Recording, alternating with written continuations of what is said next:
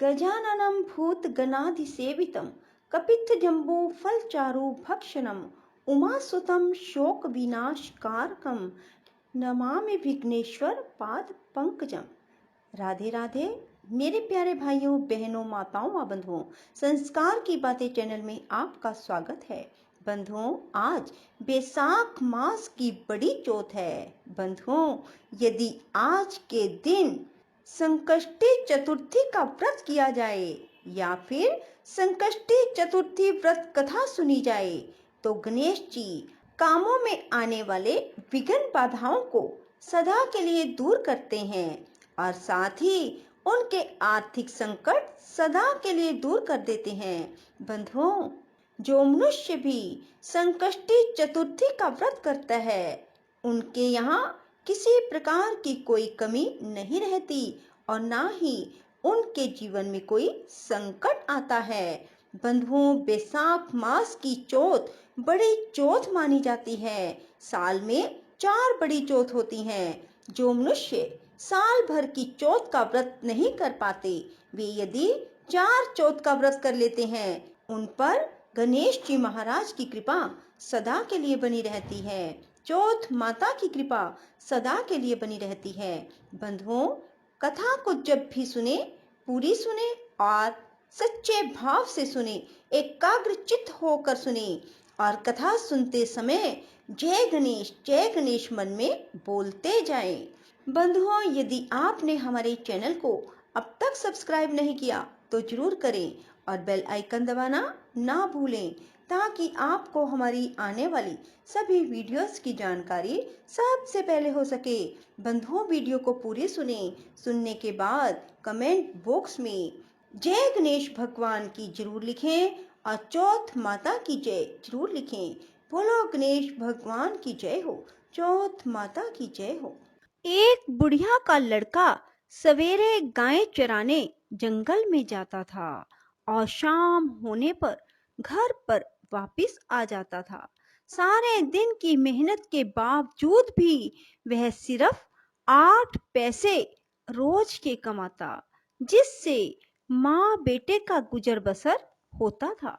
बुढ़िया का चौथ माता का व्रत था और बुढ़िया चौथ की कहानी सुनने का व्रत और नियम करती थी। व्रत के दिन 5 लड्डू बनाती, 2 चौथ के विनायक के और एक अपना। इस तरह नियम पालन करने से वह मोटी होती जा रही थी। आस पड़ोस की महिलाएं इस बात से जलती थी। उन्होंने बुढ़िया के लड़के को बहकाया। लड़के ने सोचा, मैं तो सारे दिन मेहनत करके सूखी रोटी खाता हूँ और मेरी माँ घर बैठे बैठे लड्डू खाकर मोटी होती जा रही है। इसी सोच के कारण वह एक दिन गाय चराने नहीं गया और छुप कर बैठ गया। उस दिन चौथ थी। बुढ़िया 2 पैसे का घी लाई, सदा की तरह 5 लड्डू बनाए और भोग लगाया। लड़का चुपके चुपके सारी रात देखता रहा। दूसरे दिन वह बुढ़िया से बोला, माँ, मैं कमाने के लिए जाऊंगा, यहाँ कमाई बहुत थोड़ी है। बुढ़िया ने बहुत समझाया पर वह नहीं माना। तो बुढ़िया ने कहा, ठीक है, जैसे तुम्हारी मर्जी, चले जाओ। पर बुढ़िया ने जाते समय कुछ अनाज के दाने और एक पानी की कलशी उसे दे दी। इनसे वह रोज कहानी सुना करती थी। जाते समय बुढ़िया ने समझाया कि ये दोनों चीजें तेरी संकट में सहायता करेंगी, सो सदा अपने पास इन्हें संभाल कर रखना।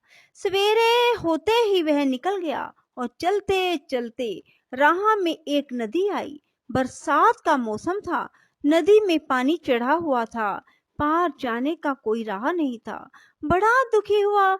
बुढ़िया की बात याद करके उसने हाथ में अनाज के दाने लिए और विनती की, हे चौथ माता, मेरी माँ मेरे लिए ही तेरा व्रत करती थी, तो बहता पानी कम हो जाए और मुझे पार जाने का राह मिल जाए।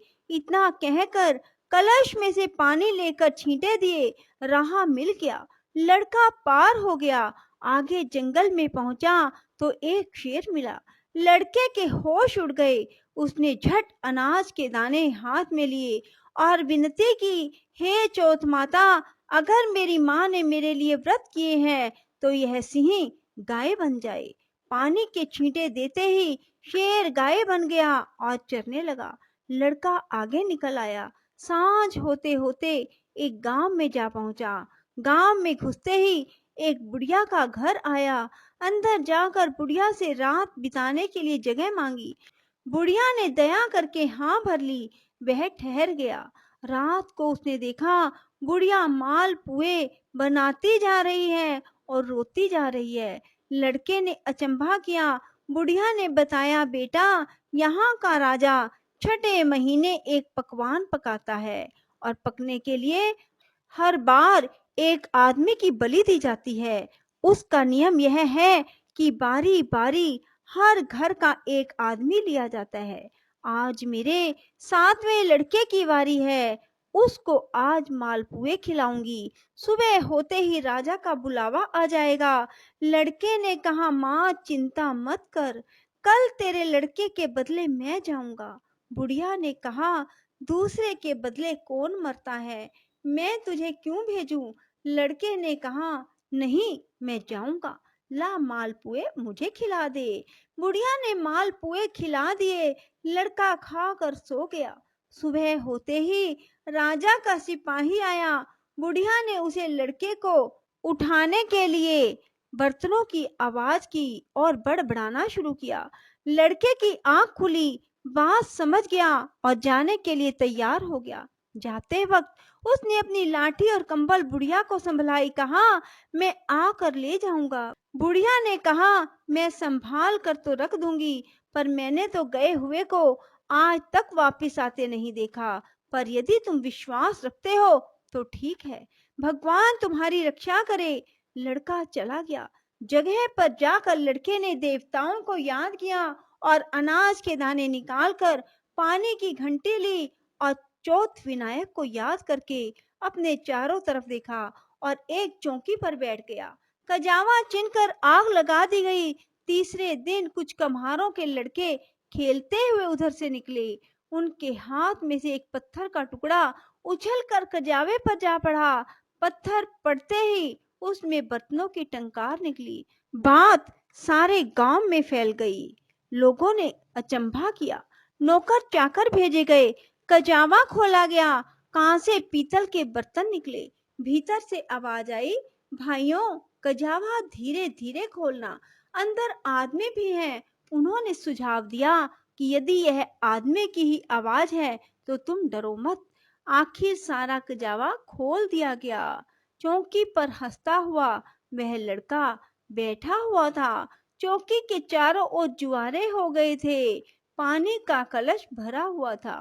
राजा के पास लड़के को लाया गया। राजा ने सारा किस्सा सुनना चाहा। लड़के ने बताया कि मेरी माँ चौथ विनायक का व्रत करती थी। उसी ने आते वक्त मेरी रक्षा के लिए यह अनाज और पानी का कलश दिया। राजा ने भाग्यवान लड़का देखकर अपनी लड़की का विवाह उसके साथ कर दिया और चौथ व्रत करने का ढिंढोरा पिटवा दिया। कई दिन बीत गए। राजा के बेटों की बहुओं ने ननद को ताना मारा, बाई जो पेट से निकले, हांडी से नहीं। राजकुमारी ने अपने पति से कहा, माए जहाँ मायका, सास जहाँ ससुराल। लड़का भी बात समझ गया और राजा रानी से आज्ञा ली और अपने गांव को अपनी पत्नी को लेकर चल पड़ा। गांव के पास पहुंचते ही देखने वालों ने बुढ़िया को खुशखबरी दी। बुढ़िया को विश्वास नहीं हुआ। उसने उपलों के ढेर पर चढ़कर देखा। बेटा बहू आते दिखाई दिए। बुढ़िया ने चौथ विनायक को बार बार नमस्कार किया। बेटे बहू ने आकर बुढ़िया के पैर छुए। घर में आनंद छा गया। गांव में चौथ के व्रत का ढिंडोरा पिटवा दिया गया। सब कोई चौथ का व्रत करे, कहानी सुने। 12 नहीं तो 4, 4 नहीं तो 2 महीने चौथ के व्रत जरूर करें। बोलो चौथ विनायक की जय। राधे राधे। जय श्री कृष्णा। बंधुओं, यदि आपको हमारी वीडियो पसंद आए तो इसे लाइक करें और शेयर भी जरूर करें। धन्यवाद।